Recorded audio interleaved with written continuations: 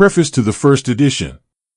The question of the state is now acquiring particular importance both in theory and in practical politics.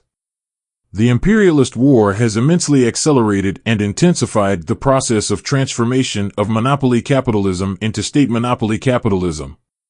The monstrous oppression of the working people by the state, which is merging more and more with the all-powerful capitalist associations, is becoming increasingly monstrous. The advanced countries, we mean their hinterland, are becoming military convict prisons for the workers. The unprecedented horrors and miseries of the protracted war are making the people's position unbearable and increasing their anger. The world proletarian revolution is clearly maturing. The question of its relation to the state is acquiring practical importance. The elements of opportunism that accumulated over the decades of comparatively peaceful development have given rise to the trend of social chauvinism which dominated the official socialist parties throughout the world.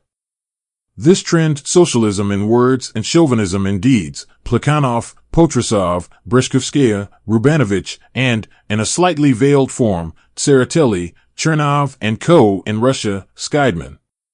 Legion, David and others in Germany, Renaudel, Gide and Vandervelde in France and Belgium, Hindman and the Fabians in England, etc., is conspicuous for the base, servile adaptation of the leaders of socialism to the interests not only of their national bourgeoisie, but of their state, for the majority of the so-called great powers have long been exploiting and enslaving a whole number of small and weak nations.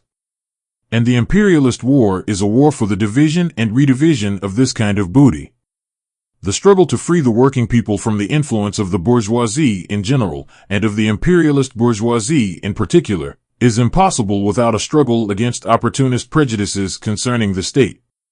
First of all, we examine the theory of Marx and Engels of the state, and dwell in particular detail on those aspects of this theory which are ignored or have been distorted by the opportunists.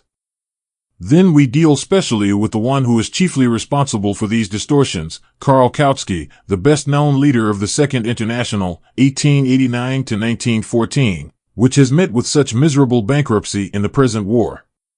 Lastly, we sum up the main results of the experience of the Russian revolutions of 1905 and particularly of 1917.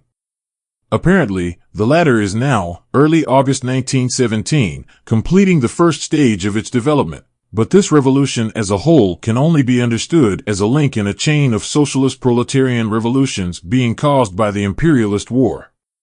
The question of the relation of the socialist proletarian revolution to the state, therefore, is acquiring not only practical political importance, but also the significance of a most urgent problem of the day, the problem of explaining to the masses what they will have to do before long to free themselves from capitalist tyranny. The author. August 1917.